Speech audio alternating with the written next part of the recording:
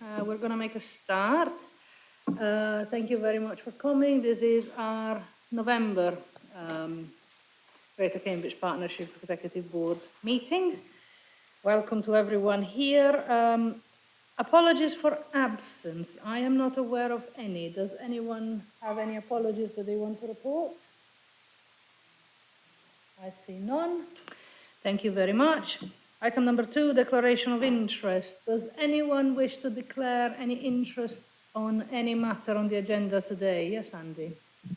It's slightly tenuous, but we're about to approve or discuss CBR funding for the next 3 years, and I'm a director of Cambridge Ahead, who also provide part funding for the CBR report. It's definitely a non-pecuniary interest because I don't get paid anything for being a member of Cambridge Ahead. Thank you, Andy. All I can say is I'm sure that's been noted. Anybody else? If there's nothing at the moment, don't forget that if you have anything comes to mind later, you can declare things ahead of every item on the agenda. Number 3, minutes of the previous meetings, which were circulated in good time as they always are. Does anybody have any problems with the minutes? Anything they wish to raise before we accept them as an accurate record of the last meeting? I see nothing, which means we can take this as unanimous that they are an accurate record, and I will sign them when I next get a minute. Item number 4, questions from members of the public. We have received 6 public questions on the items on today's agenda, and these are split as follows. On item 7, the Waterbeach railway station, we have 3 questions. Item 8, Waterbeach to Cambridge busway, we have 2 questions. And item 11, the Southwest Travel Hub, we have got 1 question. So these questions are all published on the website. They will be put at the start of each relevant agenda item, as we usually do. Item number 5, we have got feedback from the Joint Assembly. As always, we thank Councillor Tim Bick, the Chair of the Joint Assembly, who is here to tell us about the discussion that took place there. We have got a report from him, which is published alongside your papers, as usual. And thank you very much, Tim, for your report, and we will assume that we will, as always, take your feedback at the beginning of each agenda item. Which brings us on to agenda item number 6, the quarterly progress report. We have some recommendations in front of us which are relevant to a number of external bodies. As such, thank you very much, Tom Kelly from the County Council, who attends in particular regard to recommendation A, and thank you very much, Andrea Wood, who attends from the CPCA Skills Programme in relevance to recommendation B. This report is being presented by Niamh. First of all, Niamh, would you like to introduce it, please?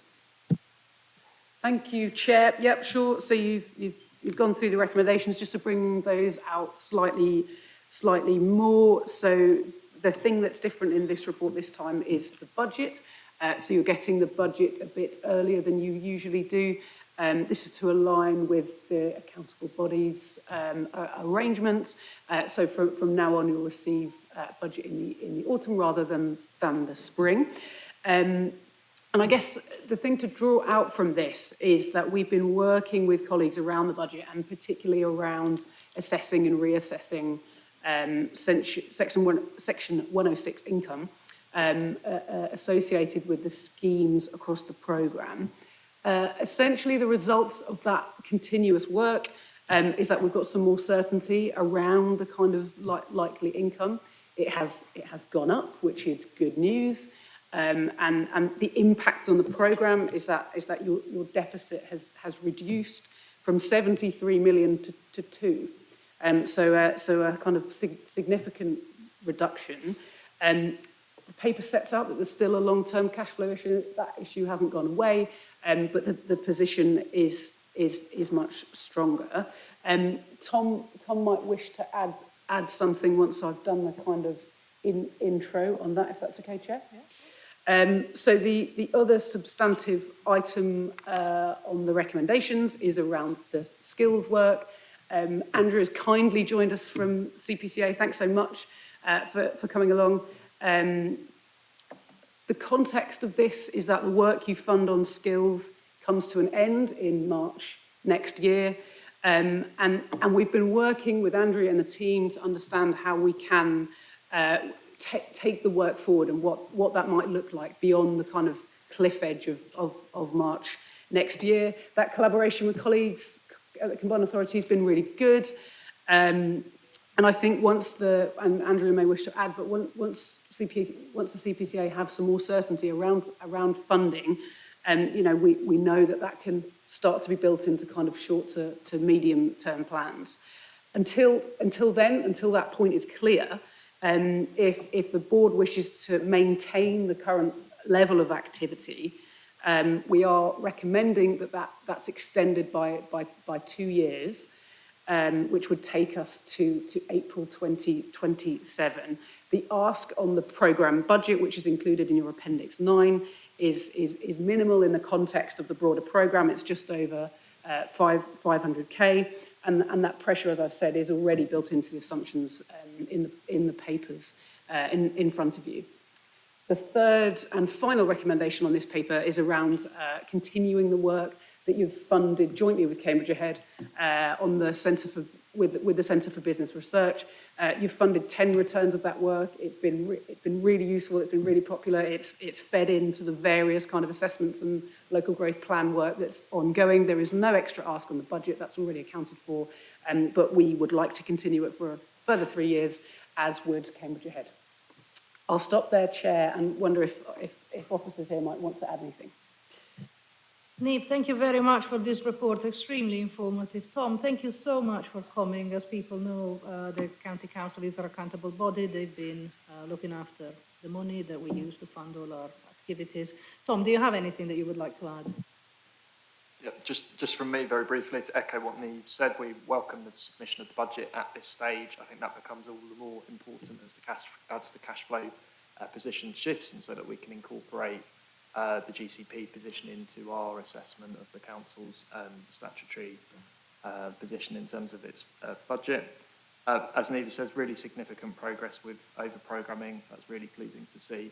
And the shift then back to cash flow and the timing risk in terms of delivery ahead of funding more into focus as we move ahead and into future years.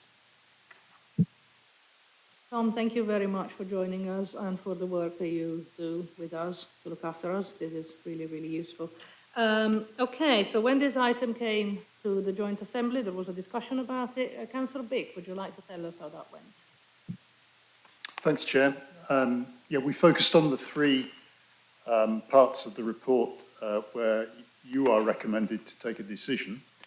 And so we probed a little around the budget. First of all, we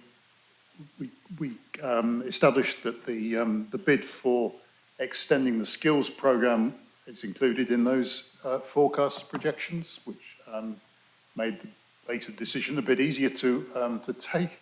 And we established that some careful assessment of inflation assumptions is also included. So, assuming nothing terrible happens, that there is a reasonable attempt to cover inflation of costs on the projects.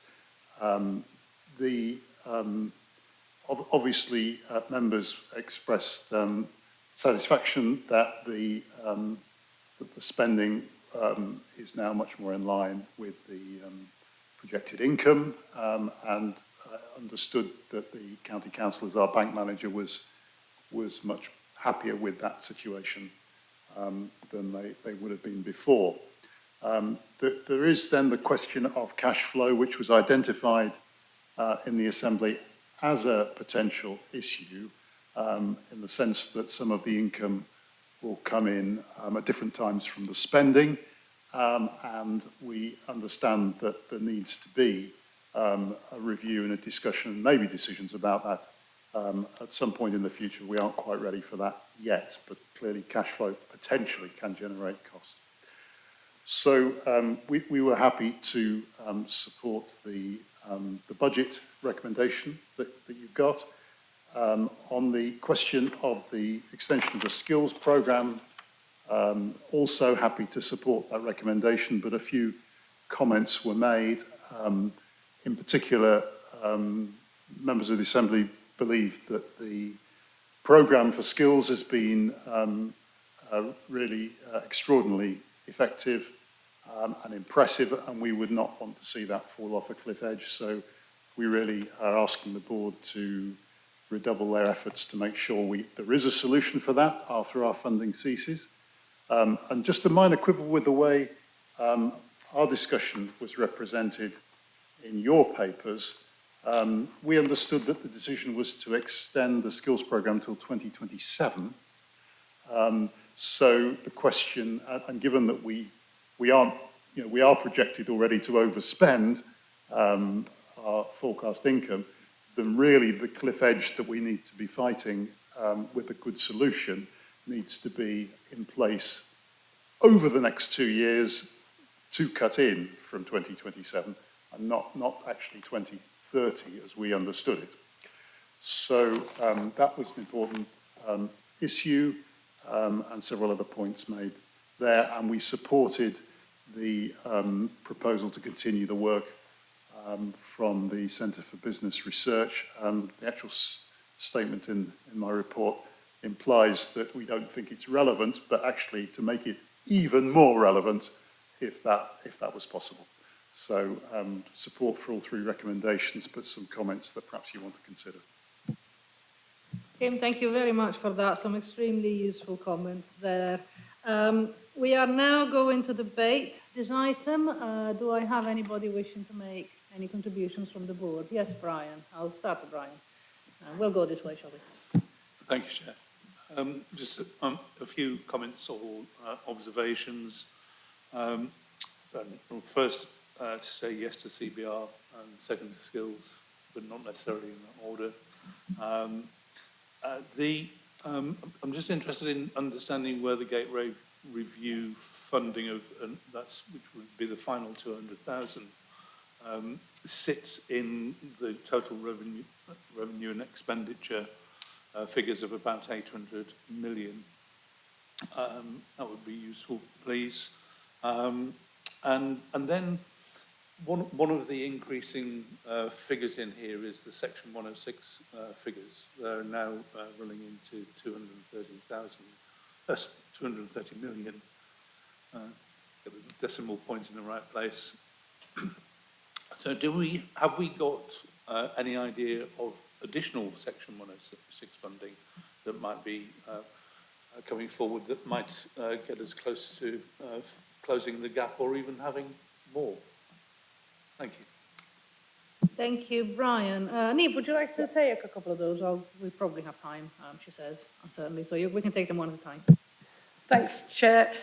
So Gateway Review, the budget in front of you assumes success with the next tranche of funding, just to make that clear. And a point on that, the paperwork has gone into MHCLG, and we await feedback on that, which we expect any time between now and the spring. That's what we've been advised.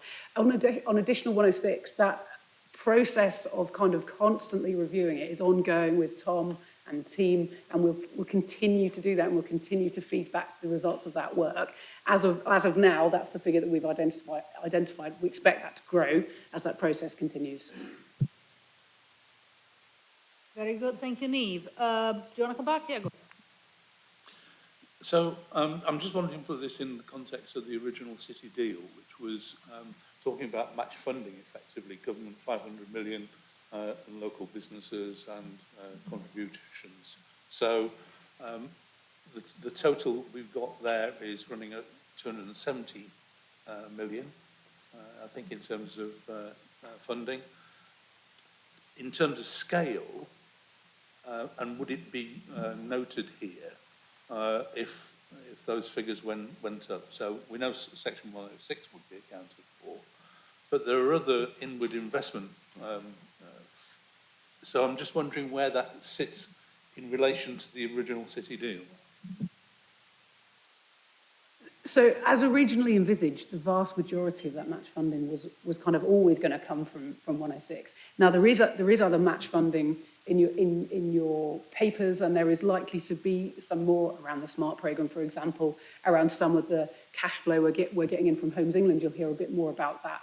But substantively, the deal expected that the majority of that income would come from 106. And we do, as I said a second ago, expect that to grow. Thank you, Niamh, very much for that. Mike, you were next. Thank you, Chair. My contribution is around item 2, or recommendation 2, I should say, around the skills. Just two things, really. First of all, just to express my appreciation to Niamh and the work that she's done over the last 6 months since this became clearly going to be a problem. And I think to have come up with a resolution is really helpful. And also appreciation to Andrea and colleagues at the CPCA for recognising their part in this. So the fact that we've got a 2-year potential solution is fantastic. I echo Tim's point that obviously the discussions need to start sooner rather than later, but obviously that will depend upon the full understanding of the devolution deal that will come from central government, hopefully over the course of the next 12 months, because clearly what we're doing here needs to fit into what goes on across the sub-region as a whole. And I think particularly important within this is therefore to recognise a whole range of other initiatives that are impacting upon Cambridge, most obviously Cambridge 2050, because the one thing that's for sure for us, I think, is that the people who are already here need to be fit for purpose in terms of their skills and abilities for when the likely enhancement of growth comes into this city. And so it's vital that we're prepared so that therefore people here can benefit. And by here, I don't just mean Cambridge and its near environment, I mean Cambridge and its wider environment. So therefore fitting it within something that CPCA might want to lead on, I think is really important. But overall, really supportive of what's been proposed. And again, express my gratitude to Niamh and subsequently to Andrew. Thank you very much, Chair. Mike, thank you for that. I don't think there's any need for answering anything in that, other than, you know, the thanks and the appreciation for the work that is being done. I completely echo. If at any point anybody wants to come in, especially Andrew, if you want, please do feel free. In the meantime, Andy, you wanted to speak? Yeah, thank you, Chair. First echo Mike Davies' point's absolutely right. We shouldn't be growing Cambridge unless we make sure there's opportunities for local people. I've actually talked about forming part of the CPCA strategy. We should be the #1 place for skills training and retraining, not just young people, but people coming back into the workforce or retraining into new jobs is really, really important. We should think a bit more about that. And then Brian stole my thunder a little bit on the budget, so it's nice to meet Mr. Kelly. So you found 70 million, so I'm a scientist. I work on graphs, not on Excel sheets. So my graph tells me you found £70 million in the first quarter. You're going to find me, are we going to be a positive 68 million next quarter? Slightly facetious, but how many conversations have we been in this forum where we've been told we were over budget, overspent, don't know what we're doing? And literally what we were doing was taking, quite rightly with public money, a risk-averse strategy. And as funds are coming through, it's really positive. So it's great to have Mr. Kelly on board. He now knows who I am and he knows what my expectation is. So let's continue to work in that positive way about how we can ensure the programme really delivers the benefits that we first set out for, bringing in all those Section 106 contributions and any other funding we can do from third parties. A couple of minor points, and I've got one slightly bigger point. So on the CBR data, noting my conflict of interest, I think the data is all really important, and you know, the better we can make it, the better. But also, it's the richness of the conversations we have when we look at the data, which is so important.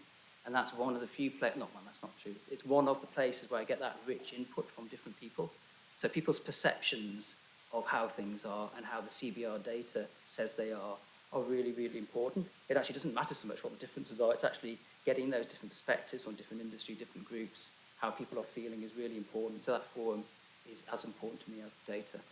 The second minor one is trying not to look at Dan. So I think describing the autonomous vehicle progress as green is a little ambitious. I think it's a bit ambery to me, given the fact that we've been delayed a little bit. And that's way down in the detail of the report. I think it's really amber, because not starting the trial until January is a little bit later than we thought.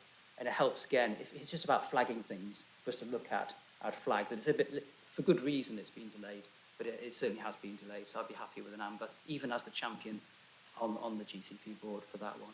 I think a bigger point actually is just, we always talk about having the quarterly progress report. It's always either the first or the last. I'd like to propose we always make it at the first. And I have a reason for that, is it reflects our strategy. We should be starting with our strategy and what we're going to do, and seeing all those programs there and how they're doing, I think, is really useful. And we pick up really rich, important points, as previous two speakers have. So I'm not going to pick up those, but it's a little bit strange.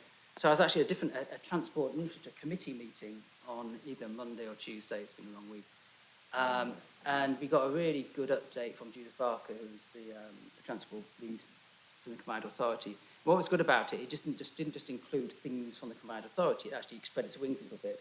And so the reason that I picked up on that is it covered the A505. And although we don't in this forum talk much about the A505, it is a critical corridor for life sciences. It's just, there's so many other things to worry about. We don't worry so much about that one. If anyone wants to know why it's critical, I'll explain another time. And that report's being led actually to the County Council, and credit to Judith, picked it up, but couldn't provide me with a report because it's not a CPCA report. And what it reminded me of is that, there's a lot going on now, and as things move and change, there's stuff being done by the county, there's stuff being done by GCP, and now we have the Cambridge Delivery Group as well. We'll be starting to do stuff.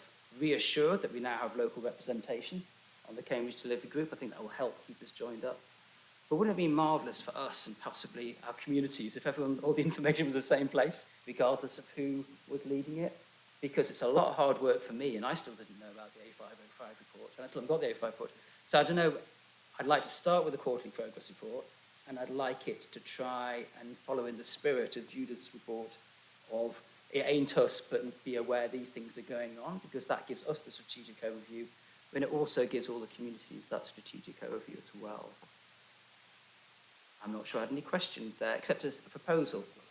A proposal that the quarterly progress report becomes always the number one agenda item. Andy, thank you for that. Neve knows very well that this is my absolute favourite report, that always every meeting I've ever attended of this board, that report where it was present was always the most exciting thing on there. There are more things I will say about it, but I'll take a few more people first. Brian. Can I just respond to the A505 comments? Because yesterday morning we met with Frank Jordan, Jeremy Smith, two of the local members, including myself, who were both on the working group for the Granter Park to Royston working group. We've been plugging away at this for a long time. It's at capacity and is going to grow with the growth of Granter Park, with Genome Campus, obviously. And we were talking to Caroline Foster, who is the director of Urban and Civic of the different developers down there. For example, about the roundabout, I mean, there's several interventions on the 505 to the M11, but every day that road is running at capacity. So it's a really critical part of the local infrastructure. We'll be relieved something if we can get funding for CSET and go ahead with that. But we're definitely on the case, and Judith Barker will be invited to the next meeting of that little group. Thank you very much, Brian. And Mike? It's in response to Andy's point about the Cambridge Delivery Group.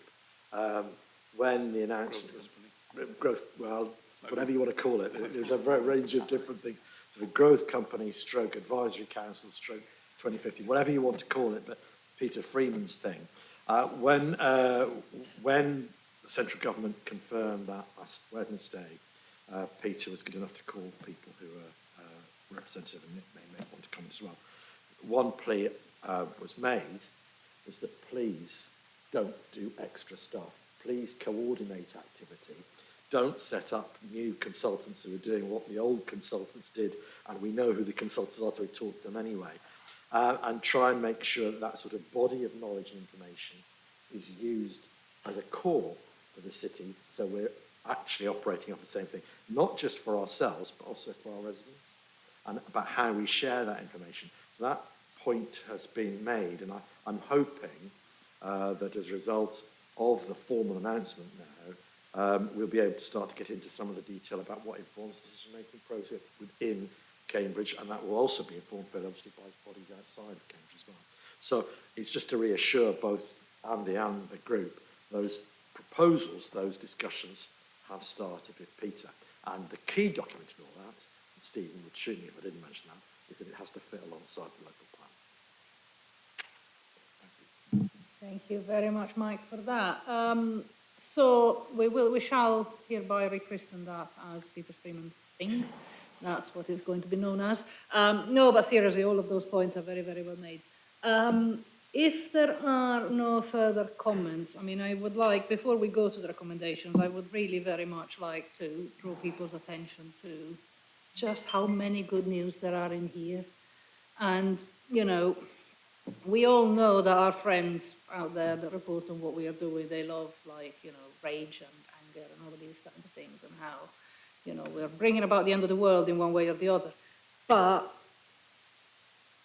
the amount of work that has gone into making sure that a program of this size, that has so many factors to worry about, and to make sure that we keep those numbers under control in the way that we have done, that our team has done, and that Tom's team has assisted our team with doing. I mean, all of that is amazing, and, you know, it's very, very, very good that our finances are in such good hands. The skills work, I have never, and I say this knowingly, come across something that is so extraordinarily, wonderfully successful.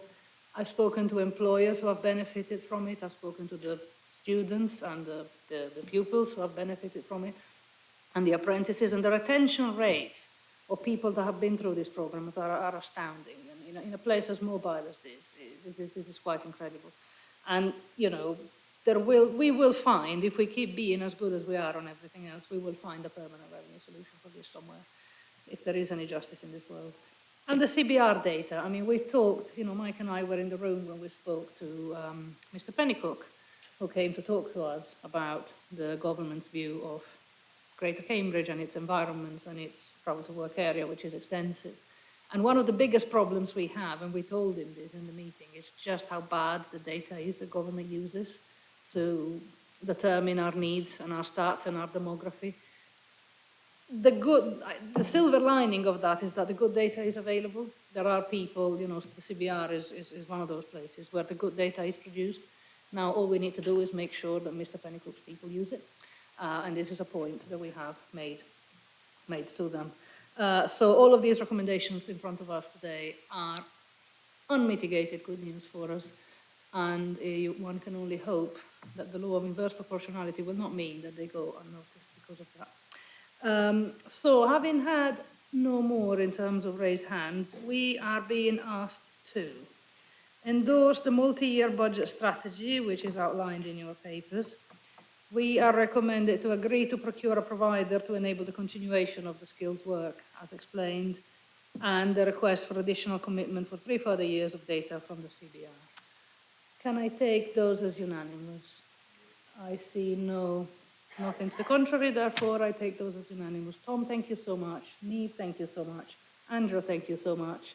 And, you know, although obviously you are free to stay with us for as long as you want, please keep talking to us. We really, really want to do that. Excellent. That's that item dealt with, which is great. We now move on to the next item, which is the railway station in Waterbeach, which Niamh will also talk to us about. But in recognition, thank you guys, in recognition of, once again, the interests that expand further than this board in this particular item, we have Stephen Kelly with us today, who's from the Greater Cambridge Joint Planning Service. Thank you so much, Stephen, for coming. We have got 3 public questions on this item, which I propose to take first. Our first question is from James. Do we have James?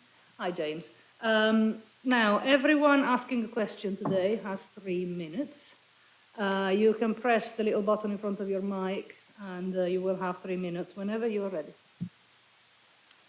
Cool, thank you.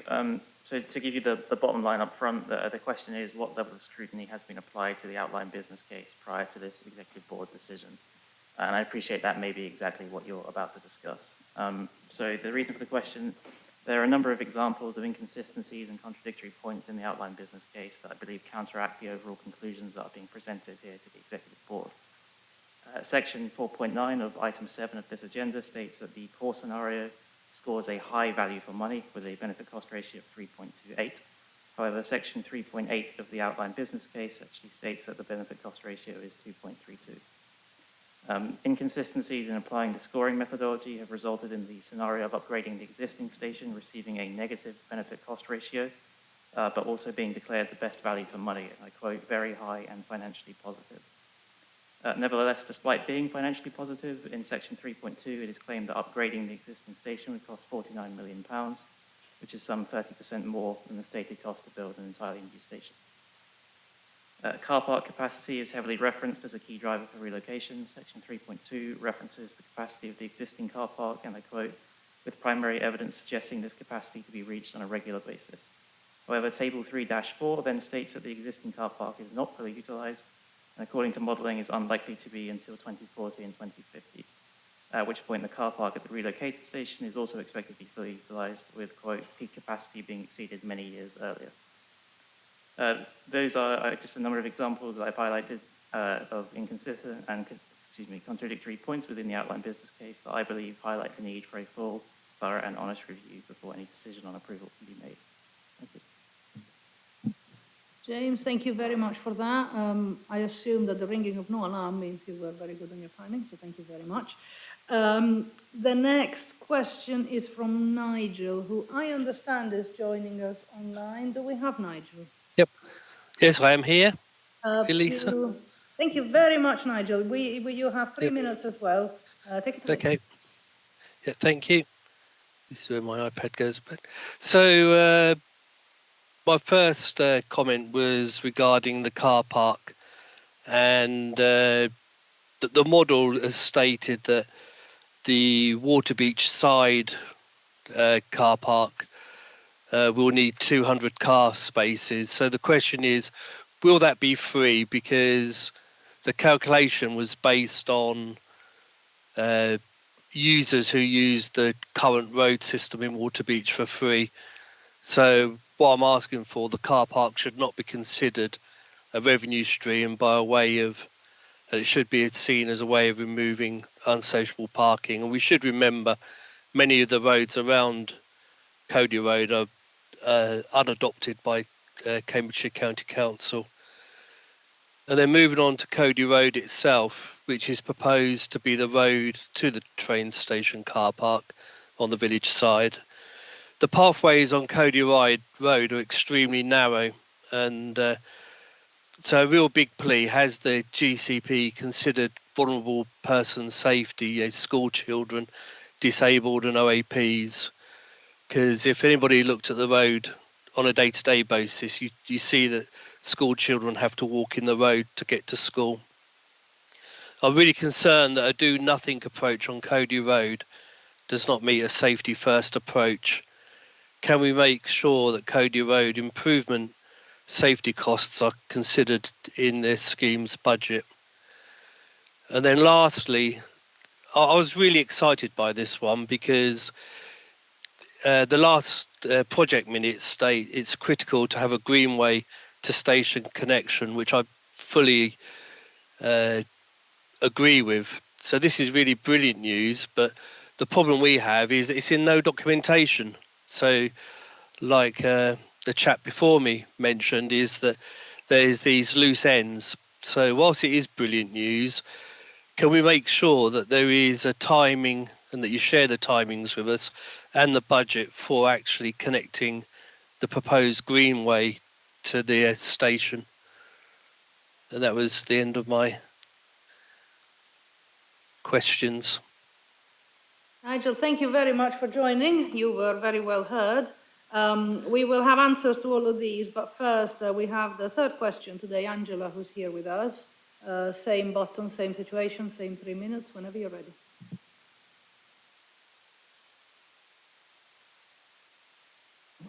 A red button. Are we on? Thank you. I would like to endorse the representation of my fellow citizens from Waterbeach. My question is, what realistic strategy is to be actioned in order to facilitate a bus shuttle link between Waterbeach Village and the new rail station proposed at Waterbeach Newtown? Economically active village residents are substantially disadvantaged by the removal of the existing station. Their contribution to the GCP in terms of council tax and other taxes warrants that their travel to work should be safeguarded. The GCP policy stated at 1.2 on this agenda is not able to be fulfilled if these users need to resort to private cars to gain access to the so-called new station. Given the age profile and circumstances, there is not a reasonable expectation that many of these should cycle, use e-bikes, or use travel by horse even. 2021 census, Waterbeach village now has a population of just under 5,500 people. Of these, 32%, that's a third, are of retirement age, however you like to define that. And in line with policy that was set up by the local authorities in the 1970s. Meanwhile, in 2015, according to the Acre report and the neighbourhood plan, the sector scoring the highest in employment sectors patterns of 20% was that of professional, scientific and technical, with an additional 5% for those in medical professions. In other words, a quarter of the current village population. Now, since a lot of these people are basically at the peak of their own careers, which may well have taken them into their 50s and 60s, they are within this older age bracket, and the question of suitability of travel is raised again. Not only are some of these in full employment, but like many in current employment patterns, many are now part-time working from home, or they have transferred into other roles in public life or public duty. Think people like magistrates, for example. So, Time. Thank you very much for that, Angela. That's your 3 minutes. I think your question has been asked, so we'll get an answer to that. Thank you very much. Okay, now Thomas, who's here to answer the questions. Would you like to answer those for us? Thank you, Thomas. Thank you very much, Chair. So to start with the answer to the question from James Hedges. So an error was made in the drafting of the paper. The current BCR is 2.32. It's normal for BCRs to move as we progress through the business case process and costs and risks are better understood. And it is our expectation that the BCR will increase as we develop the scheme further and risks are mitigated. Upgrading the existing station would be far costlier than a new station due to capacity and safety constraints. The key concern is the Waterbeach level crossing, which passengers must use to cross between platforms. This crossing poses safety risks, particularly as the platforms are staggered, requiring passengers to navigate diagonally across the tracks. Additionally, the platforms themselves are extremely narrow, making it nearly impossible to widen them to improve capacity. As a result, there is insufficient space for shelters, customer information systems, ticket machines, or adequate cycle storage. The station also fails to meet DFT accessibility guidelines, especially for passengers with reduced mobility. Additionally, limited station parking leads many residents to parking village streets, as we heard. In terms of the car parking, it's important that section 3.2 is read in full. It states, and I quote, "The car park modelling currently suggests the car park is not fully utilised, though this is likely to be a function of the modelling representing the average of maximum occupancy across the week rather than peak occupancy. Peak occupancy is likely to be highest on Tuesday, Wednesday and Thursdays when commuting demand is highest, and the current car park is likely to reach maximum capacity on these days. Therefore, the narrative is saying that already the station car park is regularly at capacity and a larger one is required. As with all projects under the GCP assurance framework, The outline business case will undertake an independent review before the full business case, which will come to the board in July, is created. That will itself be scrutinised through an independent audit and will then be presented to the board, as I state, in July. Moving on to the question from Nigel. So the strategy for car park charging is still being considered alongside the county council who will own the asset. It's important to note that we are looking to provide significant accessibility to the station through improved pedestrian cycle links as well as bus provision via the busway. GCP can confirm that the footpaths on Cody Road will be widened as part of the Waterbeach Station scope of works. This is in accordance with the conditions set out in the scheme's planning permission. Progress with the Waterbeach Greenway is covered in further items on today's Executive Board agenda, so I'm not going to go into that in detail now. And then finally, just going to the question from Angela. So under condition 17 of the planning permission for the station, a station travel plan, which will include a shuttle bus, is to be developed. This will be undertaken at the next stage of design and obviously has to be signed off as a planning condition before construction can begin. In terms of the wider point, it's important to note that the decision to relocate the station was not one for the GCP. The local planning authority that has considered the wider implications of the growth in Waterbeach when developing the local plan and determining planning permission for Waterbeach Newtown and a relocated railway station. The GCP will comply with the local planning authority's requirements as laid out in the planning permission. Thank you. Thomas, thank you so much for taking those on. As usual, to the residents who have asked questions, we will address those points from our own perspectives as board members during the debate. So do stay for that. But before we get to that, just a couple more people to invite to speak. Niamh, would you like to introduce the report substantial? Thank you, Chair. And thanks, Thomas and Stephen Kelly, Director of Planning, for joining us.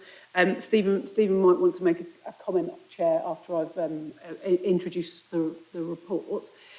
So just to recap on the project, hopefully that's helpful. The relocation of the railway station is a planning requirement, and it's related specifically to the second phase of the Waterbeach Newtown development. Without the relocation of the station, the homes on that phase, of which there are about 4,500, cannot be brought forward. And I guess to remind members, that's why, as the GCP, you were asked initially to get involved in this project. You last saw a paper in this forum on this project in June 2022. At that point, you asked officers to look at the case for involvement and to bring you back a viable scheme if there was one. As part of that discussion, the board agreed that GCP would fund a portion of the total cost of the station. And just to recap on that, the station specifically, the total cost is 37 million. You agreed in June 2022 to fund 20 of that. So it was the remaining 17 that needed to be secured. So some of the kind of key issues around securing that funding were around essentially securing the gap. And to do that, officers have had extensive discussions with the developer around how the gap could be met, but we couldn't reach a satisfactory conclusion. Since that point, Homes England have been looking at whether or not they can play a role in this scheme. And as a result of those discussions, Homes England have now offered to fund the gap through what's called a repayable grant. Under that deal, the repayable grant would be repaid to Homes England via the developers, so from the developer. Under the terms of the deal, there would be no further long-term financial commitment from the public sector. The proposal from Homes England includes also a repayable grant. As part of the repayable grant would be the construction haul road. That's slightly different. It means that the scope of the project has increased and the budget has increased, as you'll see in your papers, but that increase has been met by this repayable grant mechanism via Homes England. Should the board agree to progress the project, The current schedule is that the construction will be complete by the end of 2027. That's a brief reminder of how we got here, Chair. Stephen might want to add a couple of points. Thank you. Yes, I suppose the point's been made around this particular development and the facilitation that takes place because the transport conditions mean that not a single dwelling can be occupied until the station is relocated and available. It's also important to bear in mind that the 6,500 homes that Urban and Civic are currently bringing forward are also dependent upon this component of the transport strategy to see them fulfill the opportunity in that space as well. Some people may well be familiar with the fact that there's a condition limiting that development to 1,650 homes as well. Whilst there are a range of further measures that are necessary to allow Urban and Civic to progress beyond that, the railway station relocation and the policy requirement for that relocation is clearly a part of it. The planning permission for the station, I think as we discussed at the Assembly, has been granted and importantly has been implemented in terms of the statutory implementation. So that permission remains alive even though it is, it was granted several years ago. The anticipation from the resolution of the committee around the Waterbeach RLW application is, notwithstanding the water issues that were holding that up, final resolution of that is imminent. And so this scheme is part of an enabling component from the local planning authority's perspective for 11,000 homes that are critical to the housing delivery obligations that the government and indeed our local plan provides. I think a couple of comments on the feedback from the Assembly discussion, in which there, and indeed we've heard today from concerns around integration with the existing village community in Waterbeach. There was quite a lot of discussion at the Assembly about detailed components of design for the area around this station. I want to stress that the planning application for the station is quite narrowly defined, but that doesn't mean that the station will be an island in the midst of nothing. The planning permission, the master plan, the parameter plans, and indeed the design code that will accompany it are all predicated upon the creation of a place around that station as a key node in the master plan for not only the RLW component, but a key master plan and sequence in the overall new town that will be created. And that includes thinking carefully about the very concerns that residents have identified about integration, appropriate integration and safe integration with the village. We haven't finished working through all of that. Indeed, we've only just finished the beginning of thinking about it. But I would expect an engagement with the community of Waterbeach in some depth as we go forwards, and just to offer some reassurance around that. And then the final comment, I think it was something that has been associated with the broader questions around whether it's appropriate for the public sector to invest in an infrastructure project to unlock new development. And indeed, there was some conversation around this at the Assembly as well, exploring why or what alternatives existed to GCP or indeed Homes England now funding this piece of infrastructure. I think we spent a very considerable amount of time with the developers and through our own economic consultants assessing the business case and the viability of that project. Quite a large part of that time was focused on trying to increase the levels of affordable housing that were part of what is otherwise a very expensive development in terms of the upfront infrastructure costs and so forth, and trying to cash flow the most efficient way in which we could maximise those affordable housing outcomes alongside other educational infrastructure. Quite clearly, the additionality that a developer might acquire needs to be captured in the process. And so there is a review mechanism in the Section 106 agreement because the finances for this project are very tight, and a review process that means that if the developer makes more money than was originally modelled, they are obliged to repay additional contributions towards strategic transport infrastructure. That's slightly different to Urban and Civic, who occupy the other half of this major development site, where the review mechanism provides for further affordable housing to be delivered. So in combination, these two applications, whilst they presented challenges in terms of development viability, are geared towards recovery of both strategic transport costs and affordable housing wherever possible. And then the final point is, because I know there is unease about this principle of public sector investment to facilitate developer profit as it's been portrayed, it's worth bearing in mind that almost every single site, a strategic site in Greater Cambridge, requires some form of public subsidy. And Homes England's current exposure in Cambridgeshire is about 1.25 billion on almost every single strategic site in Cambridgeshire and Peterborough. So it's a very significant, varies from Northstowe, but they are funding components of Marley, Alconbury, Wintringham, Northstowe quite clearly, but a number of sites across the whole of the combined authority area. And that's not unusual. So there's nothing exceptional about Homes England's participation in this particular case. Thank you. Stephen, thank you very much for that intervention, very, very useful.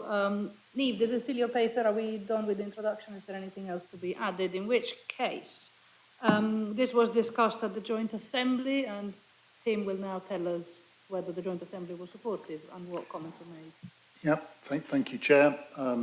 So the main news is that the Assembly supported the recommendations that you've got in your report. We want this to be taken to the next stage, and we we welcome the inclusion of the Hall Road as a means of ensuring construction traffic doesn't go through the village. Three other points that were made, which members wanted to have put on the table. Some of them have been mentioned already. One concerns the facilities at the station, which Stephen has referred to. The feeling is that we need not only to be providing sustainable transport as per through railway and railway station, but also making it attractive, and that the facilities involved in the planning application that's been approved are rudimentary. I hear what Stephen has just said about that it'll be part of a wider place in the vision. I suspect that members of the Assembly feel that that would be good news, but perhaps doesn't address all of what people need while they're actually waiting for a train, probably not in a cafe somewhere close by. That was one of our discussions. The second was about timing, understanding that for other reasons to do with the complementarity with the new housing, that the station needs to be in place in time for that. But members were also keen to advocate that it wasn't brought in place, the switch between the old station and the new station wasn't brought in place too early, so that there wasn't a station moved away to serve houses which weren't occupied largely at the time it happened. So I think people were advocating a sort of just-in-time approach from both directions. The third point was that we had been made aware that there has been some lobbying that the old station be mothballed rather than removed after it stopped being used. I understand in the in the hope that it could be reopened at some future time, which obviously isn't in anyone's plans at the moment. We were told that that was really significantly beyond what the GCP had a role in, but that we would pass that request to Network Rail for them to be aware of the pressure for it and for them to make the best engineering decision. Tim, thank you very much for that feedback. Which brings us on to board discussion. Would anybody like to make any contributions about Waterbeach Station? Anyone has any comments? We gratefully acknowledge Mayor Nick Johnson is here with us today from the Combined Authority. Nick, would you like to make a comment? Just in regard to, obviously, I think with regard to the question, actually, about this bus link that's been talked about, there's a real potential that bus services may be going under significant investment, significant change over the course of time. And it's really a question for myself, seeking reassurance from officers at the GCP that the engagement, which has been in many other areas of the area with the Combined Authority, has this question come up, and has it beginning to be part of the plan going forward? Because I'd certainly like that to be offer the reassurance that the officers at my organisation are obviously there to support in terms of what would be delivered around a shuttle service or something indeed that is much more, maybe even further than that. It also involves improvements around school transport, health transport, the whole thing that we're trying to do. Dare I say, Mr. Mayor, I mean, there's a short-term question to GCP officers about this and a long-term question to you about this, because, you know, one of the very, very many drivers of the work that you are doing in your organisation with regards to bus reform is the fact that everybody recognises that the extent to which buses connect with railway stations at the moment is absolutely not where it should be. And this is one of the things that, you know, in an environment where need dictated routes a lot more than it does now, this is what bus operators would do a lot more of. So that's the long-term question that the residents are asking. And in terms of the short term, obviously, we are very keen to support the work as much as we can. And, you know, shuttle buses bringing users into the new place are definitely... Now, Niamh or Peter, do you have any specific answers to this particular point? We're happy to give you that reassurance. We will be working with your officers in terms of the final proposals. And as Thomas, when he answered the question, said, it's the next stage of the planning process, but we can give you that reassurance. Very, very good. Now, I had... Sorry, Nick, did you want to come back? I just, on a positive note, and acknowledging the important question, you know, people who are moving into older ages, groups that you mentioned, I just want to offer the reassurance that one of the things going forward the Combined Authority is actually saying is that concessionary passes will be usable before the 9:30. So the idea that you were able to be part of the working economy is actually, again, another thing that we're moving towards, and acknowledging that is, hopefully that will be long established whenever this comes along. Thank you very much indeed for that. Now, I did have Andy. Did you want to speak? Yeah, I'm desperately not going to talk about why we've contributed 20 million to the station. So no, we don't want to talk about that anymore. I was going to come back to the sentiment actually at the Assembly about the vision of a travel hub and amenities. Now, for different reasons, I'm a bit of an expert on train stations now. There are 6 categories of train stations. 2 of those have 2 subcategories as well. Network Rail decide which station goes into which category based on usage. And if they've categorised Waterbeach Station in a particular way, that's what they're going to do. And there's almost nothing you can do to change that subcategorisation because it's done on a national basis, and it will mean stations all over the countries will be getting or losing amenities based on that. So I think that it's, well, you know, the computer says X, so that's what the computer says. I do agree with the sentiment that we do need to think about amenity in the wider travel hub, but it isn't a toilet with a train station attached. It is a train station. It can only meet the criteria the Network Rail said. So although I agree with the sentiment, I think the practicality is we need to think about different ways of providing that amenity. Thank you, Andy. Ryan and then Mike.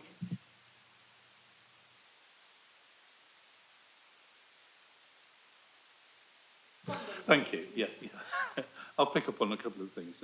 One, I was on the original planning committee that specified that the station was ready for first occupancy. Now, we haven't quite managed that, but the rationale behind that was to establish travel patterns of using the railway as the predominant mode of transport.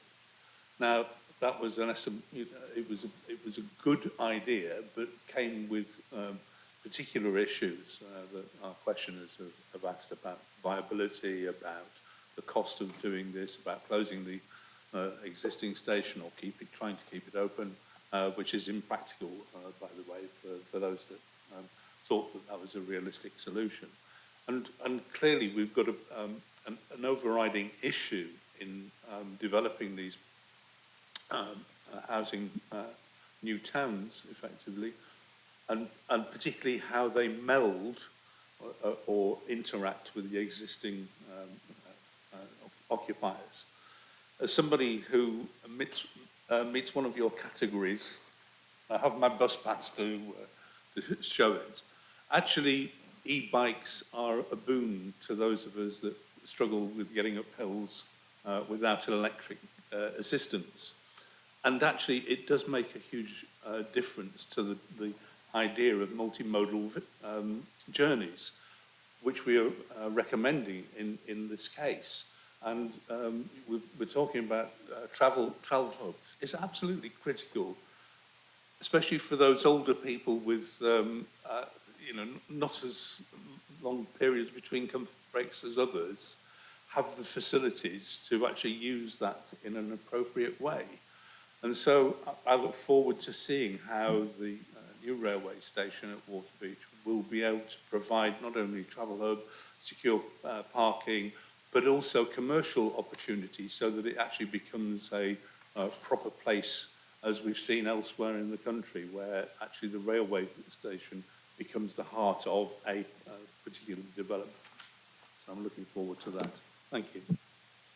Brian, thank you very much for that. Now, Mike, you were next. It's a question. It's to do with sequencing and timelines. I'm not quite sure it could be any of the three. There's a lot in here about sequencing and timeline of when the station will be built, but I couldn't find anything about when the new town will be built and when bits are coming on stream and when bits aren't, and how that impacts upon when the station is built. I think it's a bit linked to Angela's question, if I'm honest, but it's about how people access the station if it's moved ahead of when the actual development takes place around the station. And so I'd just welcome some clarity on that, if possible. Stephen, would you like to do the honor on this? I can see how enthusiastic you are, but I think that of all the people around this table, you're probably the one who knows the process the best. I think there's two things to say. The first is the planning permission for the station does have accommodations for the scenario of the kind of potential disconnect, as does the planning permission for Waterbeach. It's difficult to precisely say when the first house will be ready to be occupied because there's a process of advanced infrastructure, including things like the station, being certain before a developer is going to lay a single brick because of the huge Section 106 liabilities that then follow from the decision to start. But I think our assumptions are that for RLW, there is probably a 2 to 3 year lead time before a house is ready for occupation. However, at this moment in time, obviously Urban and Civic are building new homes on the site and are progressively opening up the internal linkages which connect components of the two sides of the site together over time. And so by the time of the station, there will be new homes on the Waterbeach new town that require the station, as well as the local community in Waterbeach. But it would be foolhardy of me to try and predict the market several years forward. The other point that I wanted to probably say, and it's unfortunate I can't join your meeting online for some reason, is to the point about the confidence that there will be a place around this station. One of the 4 parameters plans identifies the station itself as a local centre. And it's whilst we can't be precise and we would expect to work through with the community and with the developers on what that local centre includes and the concerns around perhaps the station categorisation limiting the commerciality and the amenity offer for users of that station. It's a very clear, both from the density parameters that underpin the planning permission and the way that we're considering heights and scales and building forms around that station, and indeed the parameter plans and the movement strategies within there, that railway station will become a very significant hub in a new town of probably 25 to 30,000 people. And it is therefore, in a sense, recognised in the planning framework, but it would be extraordinarily surprising if those types of wider amenities, including more than the, whatever it is in the Grade A railway station, Andy, was not part of the final outcome in terms of the amenity that sits within there. If I could just add, Chair, I think that, and this came up in the Assembly to some extent, there is a difference between constructing the station and the station opening. And so what you've got in your papers is the construction plan, bearing in mind there's an existing station. So I think we need to confirm construction and get that, and then be mindful of the issue around when the flip should take place. One, in terms of Stephen's work on the wider development, but also then working with the rail industry to make sure that that is clearly managed, but also is to best impact on the local community, existing and new. Thank you. I think the reason I asked it is perhaps with the remit of this discussion, but clearly if you've got the station, then things may well emerge around it, particularly as it's some distance from the existing village centre, which would therefore you'd anticipate the sort of things that Stephen was talking about, because people have to be served who are moving into the new properties. But so it's just for clarification of where it fits within the bigger frame of things. So thank you, Lisa. You are very welcome. No, I can see, I mean, I don't see any further hands, so while people think about whether they want to add anything else, I mean, I think it is important that in something such as this, there's a lot of things that are really, really relevant to this, which are really not very much within our power to influence right now, other than making these points and make sure they land in front of the correct people. And, you know, I am sure that this is being taken very much forward in terms of the greater strategy for the place, which Stephen was talking about. And we are very, very much not wanting to have to catch up on a decision to open the station or close the previous one that doesn't fit with, that will not be our decision, whether that happens or not. It will not be the decision for this board. However, we certainly want to make sure that when that comes to pass, that people remember that we talked about it in advance. In terms of the recommendations in front of us today, we are being asked to agree essentially an outline business case that is taken forward on the basis that the increased budget project is now fully budgeted for. This comes after Homes England's intervention, and it is important that we realise that, notwithstanding the comments that Stephen made, which are very well received around the fact that, you know, it is unfortunately, I suppose, completely common that public money does go into these schemes, and the bigger and more complex they are, the more this happens. We are grateful to Homes England for essentially resolving a little bit of timing issue that we were having.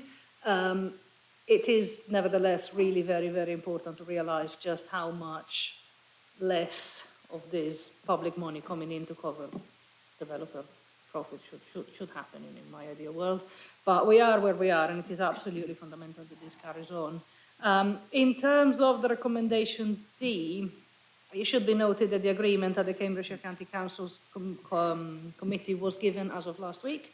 This meeting met, and it was agreed that the County Council, as our accountable body, would receive the money from Homes England. Now, as to whether a bank transfer has happened, I don't know.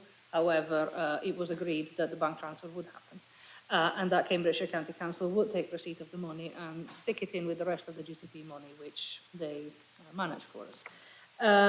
That covers recommendations A to D, and there is the increased remit of the project in terms of the delivery of the construction whole road, which is covered by recommendation E.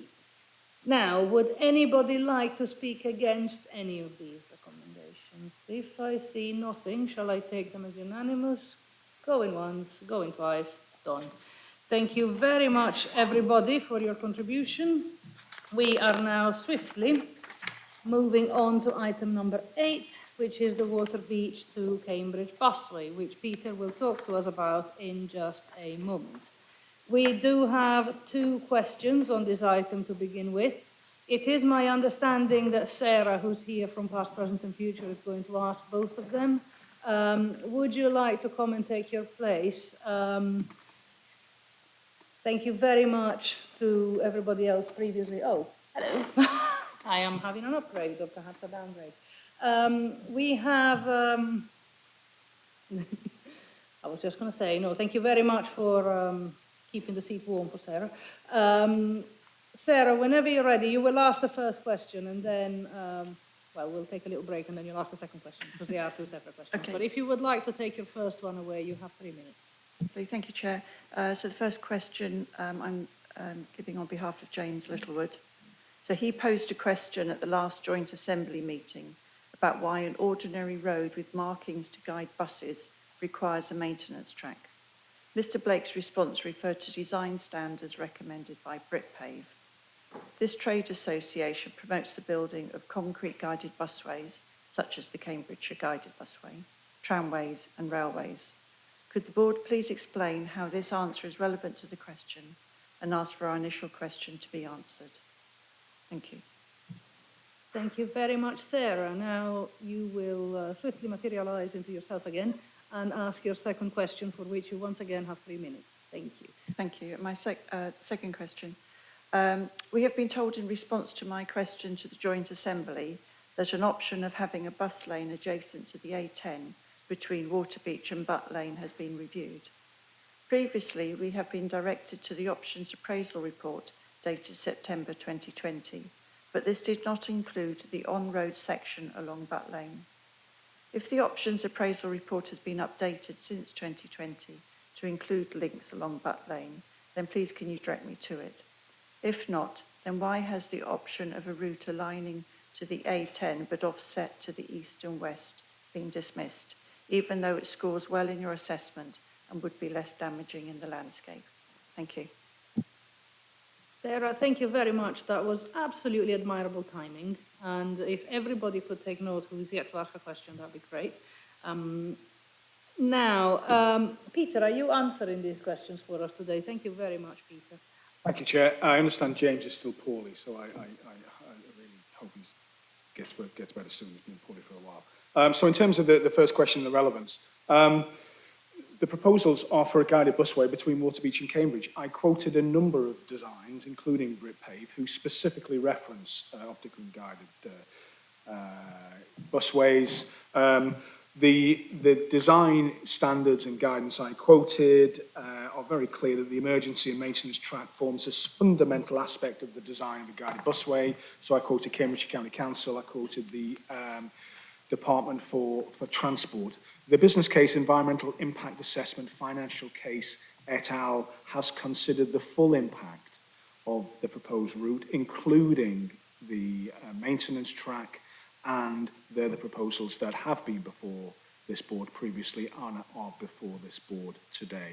And then just a final point, actually, I would think that we want to be promoting active travel from Waterbeach, given the sort of conversations that we've had previously. In terms of your question, Sarah, the project teams continue to review the options of that assessment, and we will publish that information in due course. Nothing has changed in terms of the position. Bus lane options on the A10 don't meet the project objectives. They don't guarantee reliable public transport services. They impact on the operation of the A10, and that is highly problematic. There are significant pinch points that cause problems around buildability, impacts on property and cost. And whilst they did score well in terms of operations, there was issues around feasibility, buildability, land availability, and impact on property. So the position has not changed in terms of that options appraisal that was undertaken previously. Thank you. Thank you, Peter, for that. Thank you, Sarah, for coming. As usual, we will be picking up these points ourselves in the debate, so please stay around for that. And I did not realise James was ill. Actually, when people don't show up here, I usually assume they have much better things to do. But if he is poorly, please do bring my best wishes to him. He's a regular attendee of this board, and we really hope that he's well.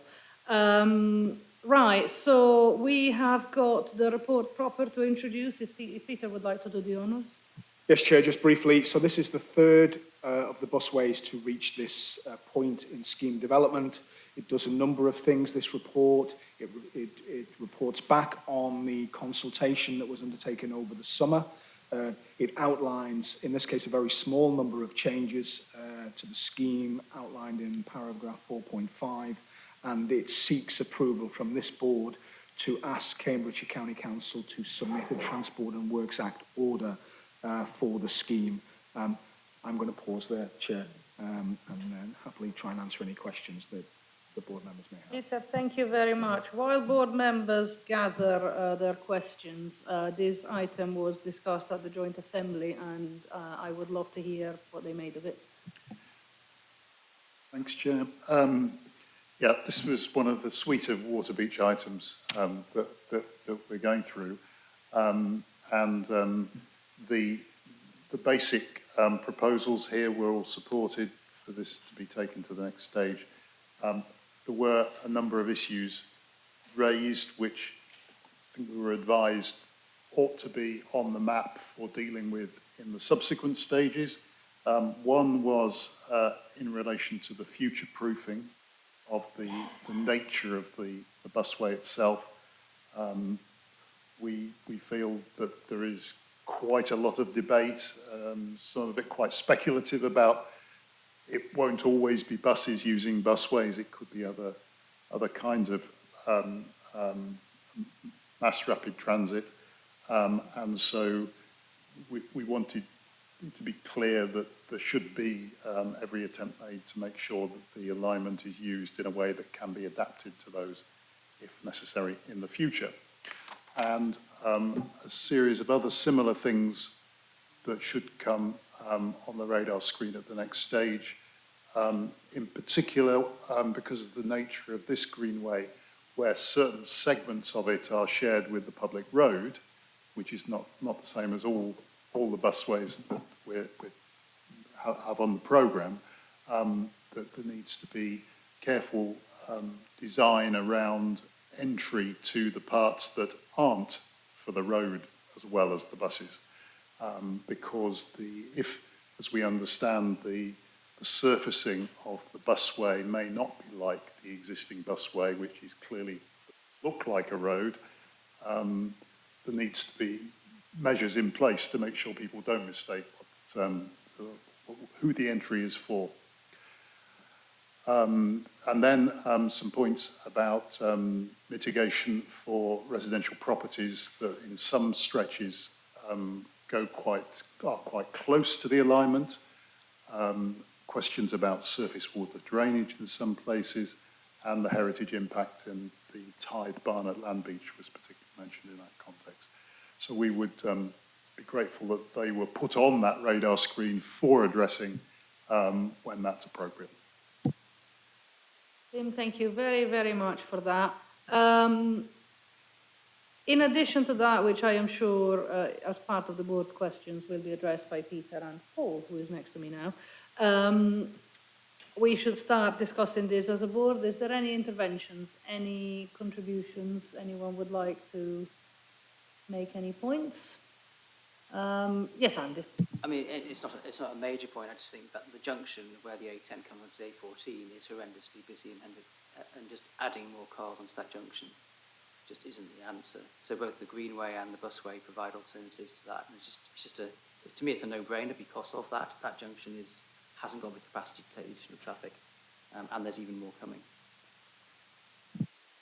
Absolutely. Are there any further points? I see none. Just a couple of things. So this is a Transport and Works Act order application, which is going to the County Council next. Therefore, the recommendations in front of us, to which I will come in just a moment, are necessarily sort of, they can't be that different from usual. There is a standard for that. It is very important to understand that the point of these projects, which was the case certainly for the previous two busways that have gone to the County Council, we are trying to engender modal shift, which essentially means that we're trying to get bulks of people into alternative modes of transport. That means they don't all come down to the Milton interchange, which cannot take them, already cannot take any more, certainly cannot take 11,000 more dwellings, such as are planned for Waterbeach New Town as a whole. We are building a busway, which essentially means, and this is relevant to Sarah's question and to James Littlewood's actual question that she asked on his behalf. Under Transport and Works Act order, you apply for a busway with a supporting maintenance track. You have to do that. You're not allowed to do anything else. You apply for a busway with a maintenance track.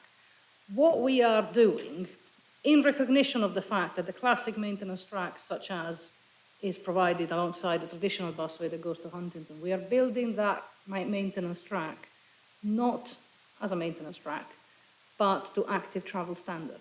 So that means we are giving people a lovely pavement along which to walk, segregated from a lovely cycleway along which people will cycle down from Waterbeach.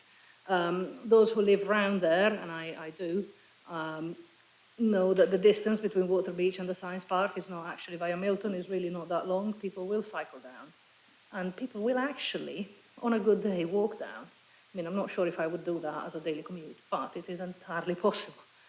Not at the moment, it is not possible, because that route along the A10 is deadly, and I would never, ever, ever do it myself. I would be too terrified, although I know that some people out of necessity do it. Alongside the maintenance track, they will actually be able to do that very easily and very comfortably, and this is entirely the point. The scheme's objective require modal shift, so those that get on the bus will get on the bus, but those that can will get on the bike or walk. All of these three things have to happen, hence the need for the busway to look the way that it looks now. This will go to the County Council when we're ready, essentially, after which submission will be made to the Secretary of State. We're all very familiar with the process.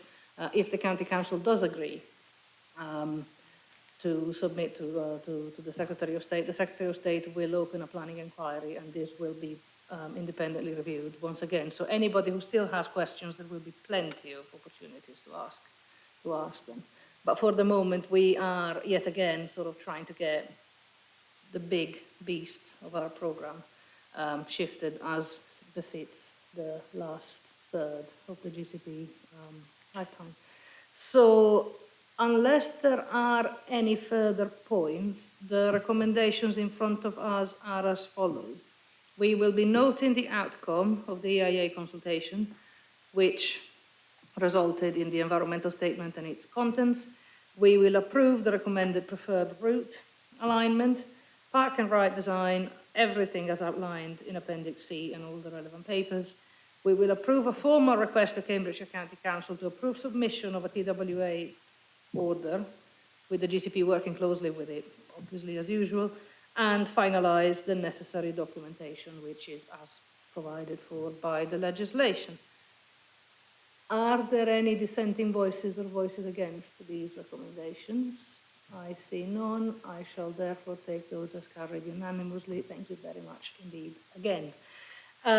Moving swiftly on to the next item, which is Waterbeach, Fulbourn and Sawstone Greenways. Thomas is materialising next to me, which is great. I have not received note of any public questions relating to this item. There will therefore be none, which means that Thomas has less time than normal to get ready. But whenever you are ready, Thomas, please breathe. There is no rush. If you could introduce the report for us, thank you. Thank you very much, Chair. So this report covers three separate greenways, the Waterbeach, Fulbourn and Sawston Greenways.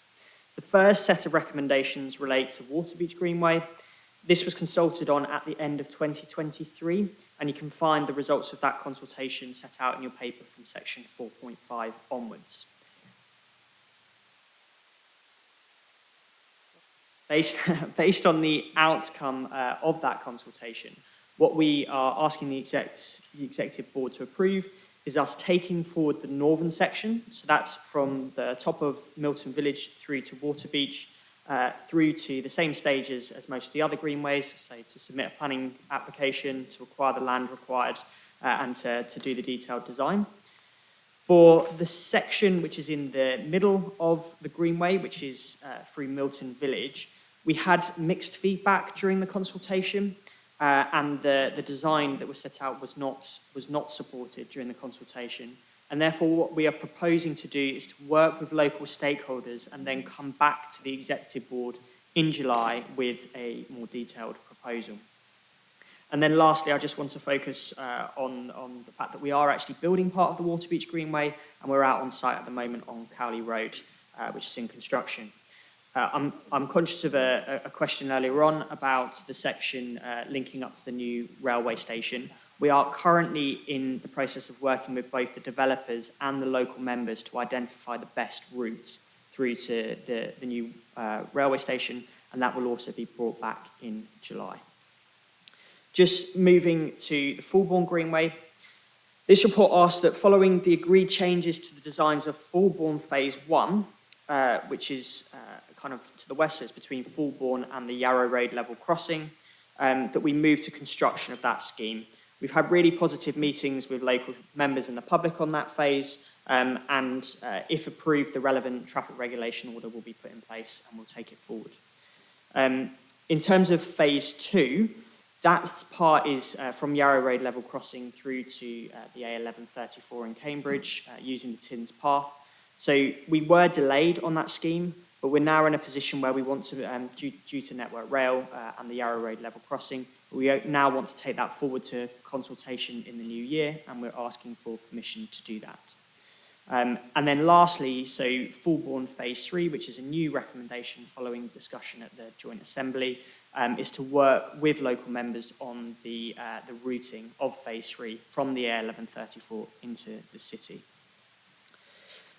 Lastly, moving on to the Sawston Greenway, so there are two parts to this. So firstly, following the decision that the Executive Board took last month to approve works on Francis Crick Avenue, we are asking that the works on Francis Crick Avenue that are part of the Sawston Greenway are brought forward so that we can have a continuous route along Francis Crick Avenue. And then in terms of work in Stapleford and Great Shelford, we are asking, those works were already agreed as early works. Unfortunately, they were delayed by utilities, but we're now in a position to bring those forward. And following input from the parish councils, we're proposing that the works are extended to include the entire length of Church Street and the junction of London Road. Just to be clear, the length of Church Street and the junction of London Road was already part of the Greenway. We're just looking to bring it forward. There's a lot of information there. Happy to take any questions. Thank you, Chair. Tom, thank you very much. There is a lot of information here, but that's the way we like it. Before we talk about it, did the Assembly have anything to say about this, Tim? Waterbeach, agree. Pleased particularly that there is going to be some more discussions with the Milton Parish Council on the way the Greenway goes through the village. Fulbourn, agree again, and pleased that there will be this Phase 3 using the circumstances, new circumstances of the County Council decision on Mill Road, and Sawston agree with the recommendation in that respect too. Tim, thank you very much for that. Nice and helpful, which is how we like it again. Would anybody like to have any questions for Thomas? Any points for discussion from anybody? Brian? Thank you, Chair. So as a local member for Sawston on both the district and the county council, obviously this is a matter of some import to us. we've got a very well-used southern section of the Greenway, taking us out of Stapleford, and particularly in mind of Sawston Village College. And that is a very, very well-used pathway. It's deficient in places. It's not getting maintained, but that's a persisting problem with all of our road network and Greenway network that we need to address. I should say I went to a local meeting in the last 10 days and got a bit of an earful from a certain Jim Chisholm. So I just relay that here because Jim is unhappy with several parts of this and would prefer us, for example, to use the land allocated by Strand along the side of the existing railway, but that's clearly not feasible, and we've given him a justification for not going ahead with that. But I just thought I'd mention his unhappiness, just so for the record. Thank you. Brian, thank you for that. There is very little I want to do less than displeasing Jim Chisholm, but you know, these are important things to consider, and we certainly want to do as much as we can, although regretfully sometimes that's not everything, in order to make him happy. But those points are very well made. Thomas or Peter, would you like to, you know, is that a discussion that you've had? Is that something you're aware of? Yes, so I mean, I provided a technical response for Jim Chisholm to Councillor Milnes, which I believe has now gone. Very good. Andy? For once, I will be a bit parochial. In my previous role, other than a Cambridge South train station, the next biggest thing was the genome path and the disrepair of the genome path, which is iconic part of the Cambridgeshire landscape. Those who don't know, it just goes from Great Shelford into CBC. If GCP could accelerate the provision of the genome path, they would be dancing in the streets of the Bamidal campus in an appropriate, safe way. And it would make the GCP very popular. That's what I'll say. Andy, thank you for that. That is something I really want to see. Would anybody like to, not dance, but is that a point that we're aware of? Is that something you would like to address? We've written it down. We'll take it away and report back. Excellent. Right, so Mike.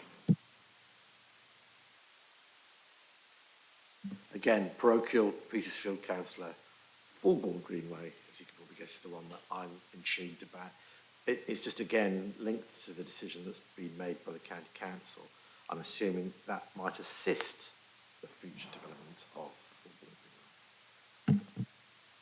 Now, Mike will be, well, I mean, I'm sure Peter will want to come in a moment, but essentially the map shows very clearly that for phase 3 of the Fulbourn Greenway, what we were planning to do originally was what is essentially a little bit of a detour, essentially to avoid Mill Road, which was not considered a suitable environment for additional cycling capacity.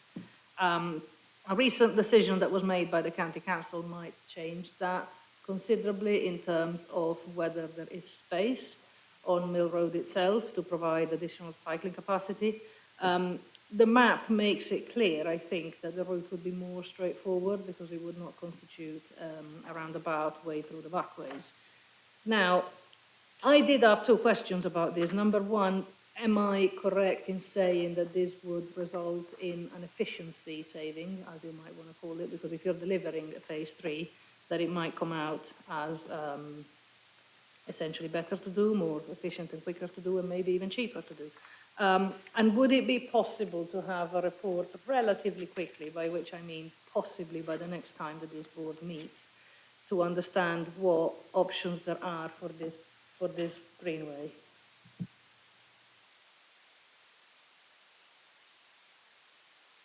Well, we will take a task of reporting back at the next meeting in terms of timeline, so we will do that.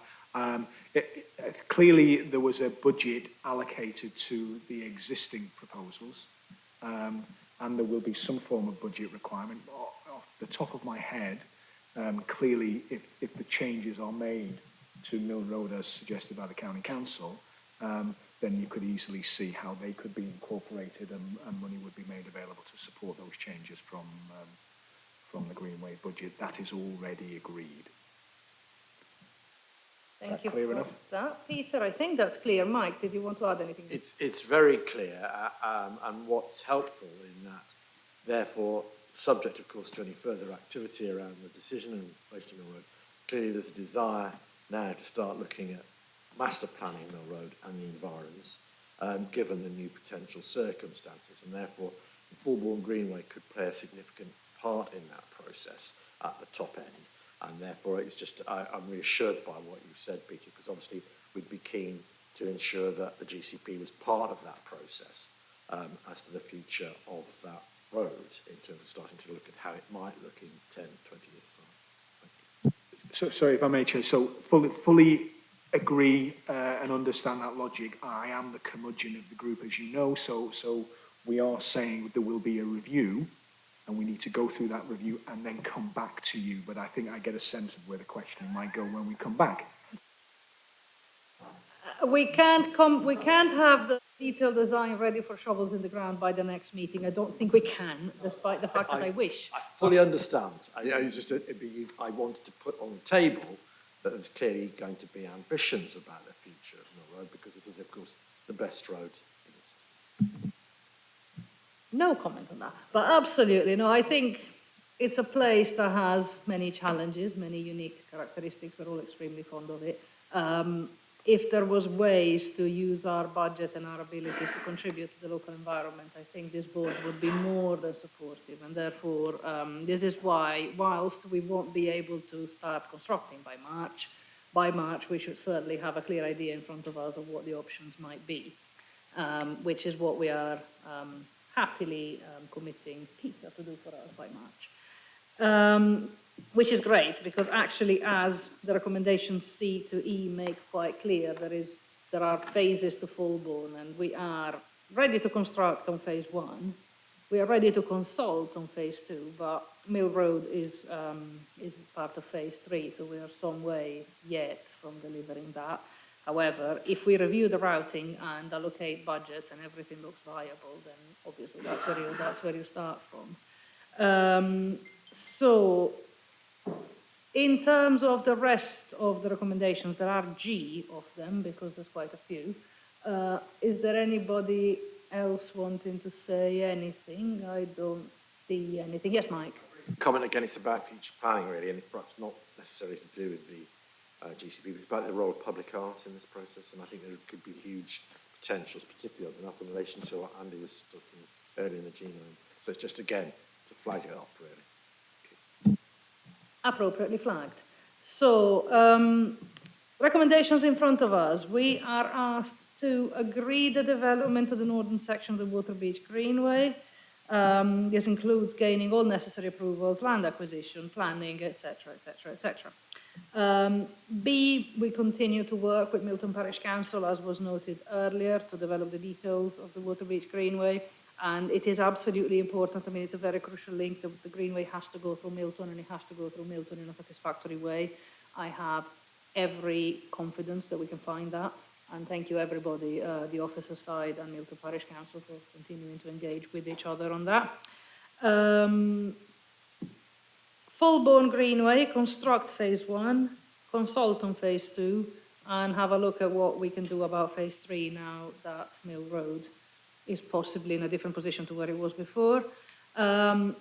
Sawstone Greenway, extend the early works, as mentioned by Brian earlier, and Francis Crick Avenue as per recommendation G. Do I have anybody against any of that? I see no one. Shall I therefore take everything as unanimous? Thank you very much indeed for that. Moving on, item number 10, Chisholm Trail. Somebody did mention Jim Chisholm. Phase 2 and next steps. Again, I do not have any public questions on this item. Therefore, Peter, would you like to talk to us about that? Thank you, Chair. About 16 months ago, the Mayor and I cycled down this route, and I confidently said to him we'd be bringing forward proposals in short order. Well, apologies for that. It's taken rather longer than we would have hoped, but we're now in a position where we have agreement in principle from the rail industry to use rail land on the relevant sections, which means that we need to update, review and consult on the proposals for crossing of Coldham's Lane and Cromwell Road, and then continue to work with City Council colleagues on Great Eastern Street car park, and then come forward with public engagement on those proposals. Thank you, Chair. Thank you, Peter. Tim, what did the Assembly have to say? Well, Chair, we supported the recommendations that you've been made. I think we can't understand quite why it takes the rail industry to take quite so long to reach a position on this, which is still only in principle, but that is where we are, and so we welcome it, and we also support the start of consultation on Cromwell Road and Coldham's Lane, and the Great Eastern Street car park. We did also talk a bit about what wasn't essentially in the report at the time about the northern section across the other side of the railway line, where the actual implementation of the Chisholm Trail is going to have to emerge from some private developments.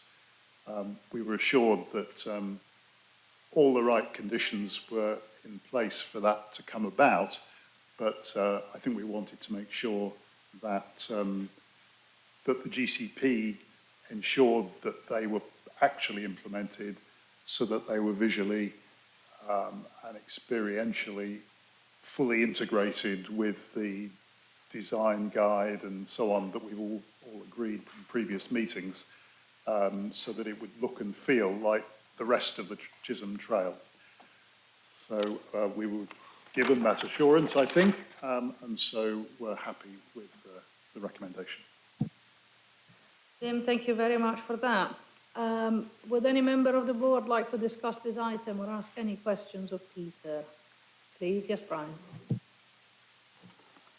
Well, slightly better news from Jim Chisholm on this item.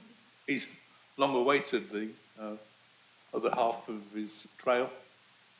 He was delighted with the way that the current one was being utilised. It's a really attractive route and is very well used both by cyclists and pedestrians.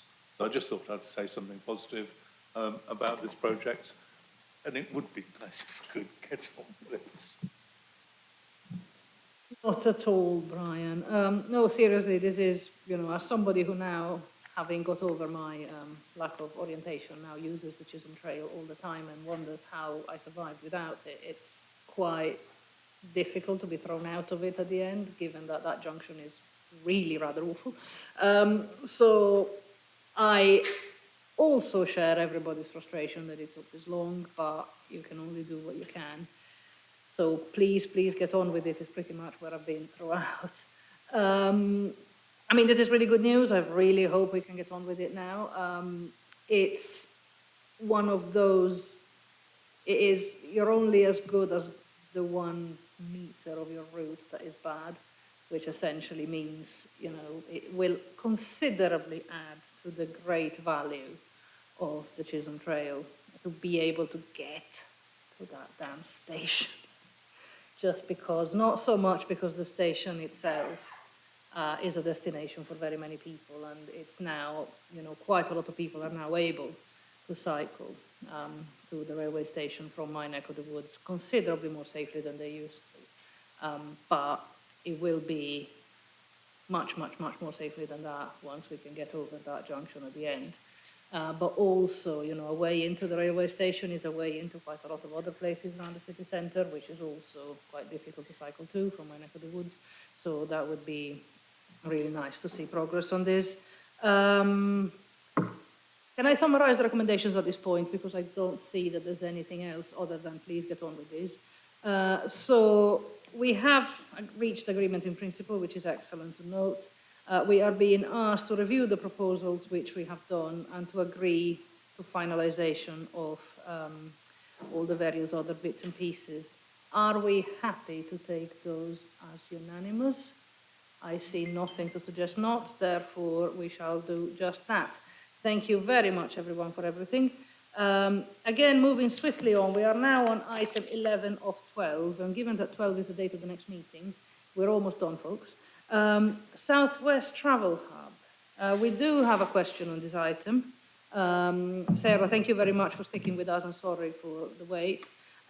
Before Thomas introduces the report, would you like to ask your question? Thank you. I posed a question at the last joint assembly meeting about why the board is being asked to approve expenditure on enabling works for the Cambridge South West Travel Hub before it has had a chance to assess the full business case. Mr. Blake's response indicated that this approach is intended to de-risk the project. Could the board please explain what specific risks Mr. Blake was referring to and how these compare with the risk of abortive work in the event that the final cost projections exceed the budget, or the board determines that, based on the costs and benefits set out in the full business case, the scheme no longer offers sufficient value for public money? Thank you. Sarah, thank you very much for that question. Thomas, would you like to answer that? Thank you very much, Chair. So, as set out at the Joint Assembly, the board has already taken decisions to purchase the land required for the scheme and to go through the planning process. We now have the land and we have a planning permission. The early works are recommended to be carried out before the main construction works to remove a risk of the main construction works being held up by a third-party contractor. For example, utilities companies not undertaking the works in a timely manner and therefore having an impact on the main works. Utility works can cause substantial delays, and therefore undertaking these early is in the interest of the project. In addition, site clearance needs to be carried out at fixed times, for example, to avoid bird nesting season, to ensure continuous progress and avoid lengthy delays during the main works. The major project expenditure will come through the main construction contract, and that will only go ahead once the full business case is approved. Thank you. Thank you, Thomas, very much for that. Would you like, we will come back to a couple of those points, but would you like to introduce the report properly? Yes, thank you very much, Chair. So this is very much an update paper. We are asking that the board notes the progress that has been made on the scheme, including the planning consent that's been achieved and the acquisition of land required.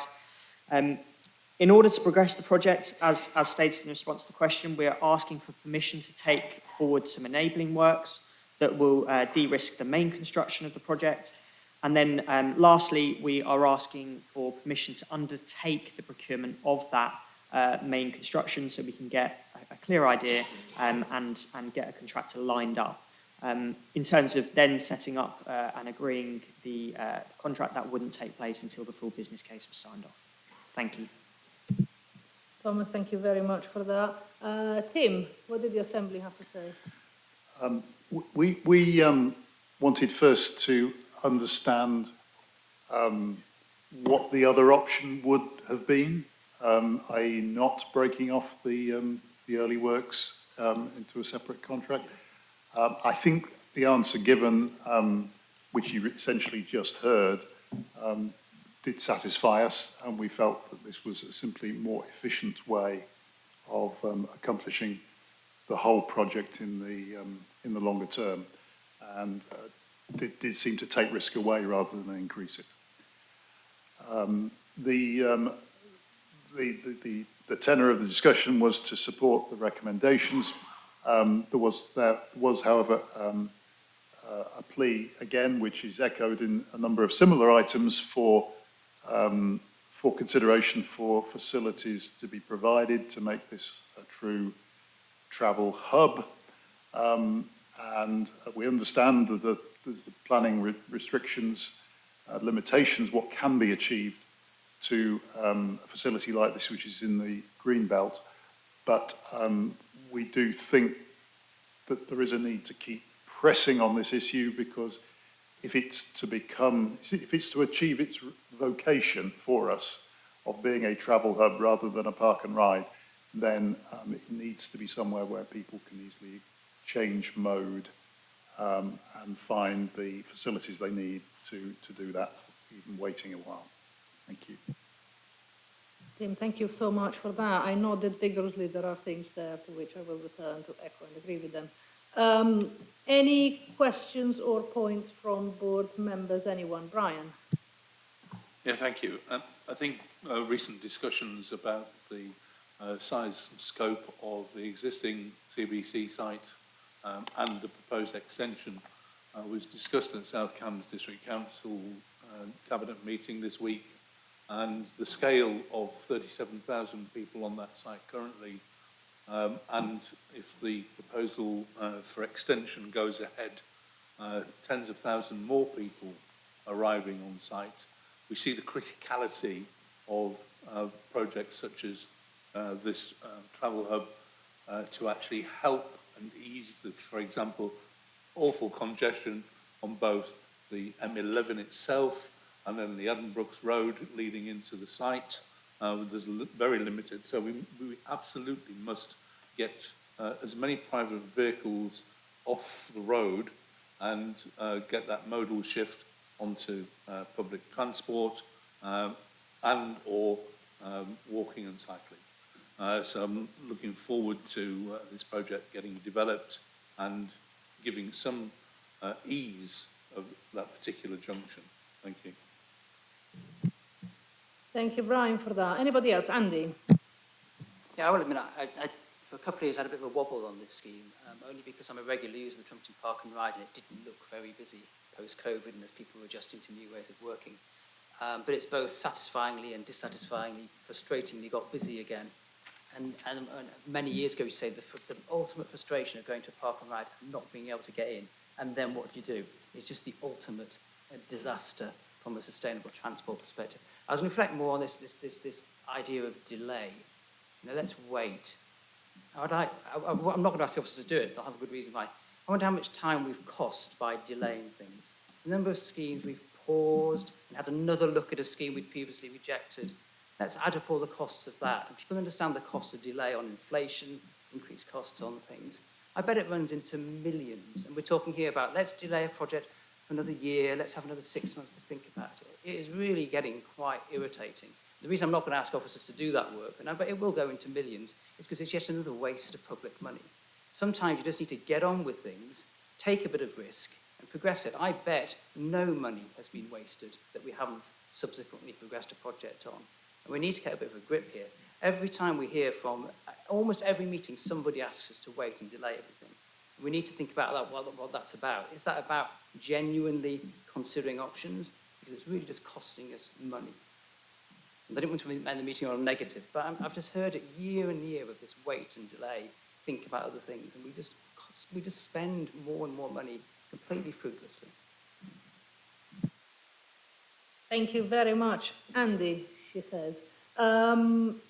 Anybody else want to say anything? Because actually, you know, there are some very important points of reflection here, which partly, I can see that the two people I was going to reference the most seem to have gone. I mean, actually, you know, that goes back to my earlier point, you know, almost anything is better to be in here. But Stephen Kelly, who was here from South Cambs Joint Planning, and Tim from the Assembly, who just made a few important points about the fact that we have to reckon with some of the obstacles that we put in our own path in terms of we are trying to develop modal shifting hubs in a place that is very, very heavily regulated in terms of development.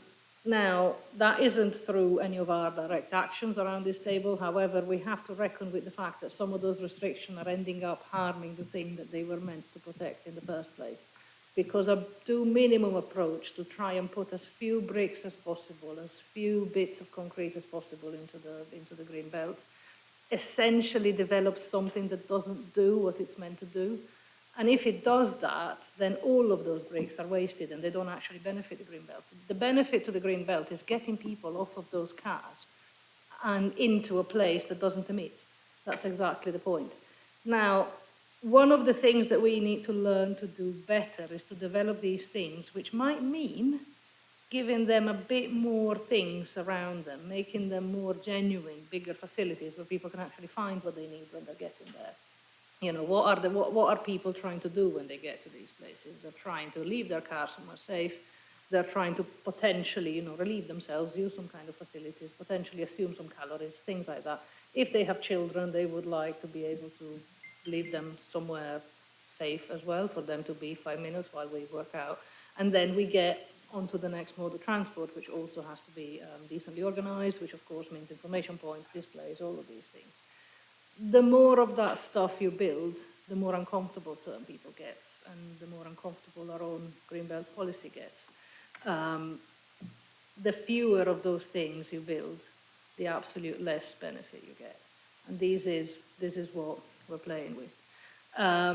We do absolutely have to recognize the importance of actually building something that we can then expand. But I have sat in many meetings of various transport and transport adjacent authorities, you might say, where people have always heartily made the point that they want these travel hubs to be time banks as well, which is where people can actually gain something in terms of their time. And that is hard to do when you limit yourself so much in terms of how many bricks you put down in the Greenbelt. So that is where we all have to reflect. That is where we have to focus our efforts to make sure that we deliver benefits so that there is less pollution in our air, fewer cars on our roads, fewer emissions, fewer runoffs into, for example, the chalk streams, which are not very far away from here. Which essentially brings us to the progress with the travel hub, which any progress is good progress.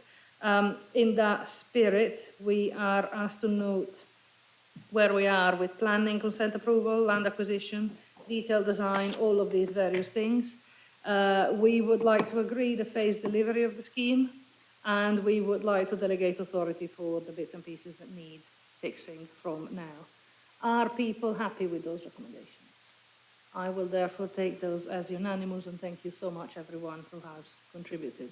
That was the last substantive item in front of us. What remains is for me to say that the next meeting is 4 p.m. on Thursday, the 13th of March, 2025, scarily enough, at a location I believe to be confirmed. So thank you, everybody. It is now 6 o'clock. We did extremely well. Have a lovely rest of your evening.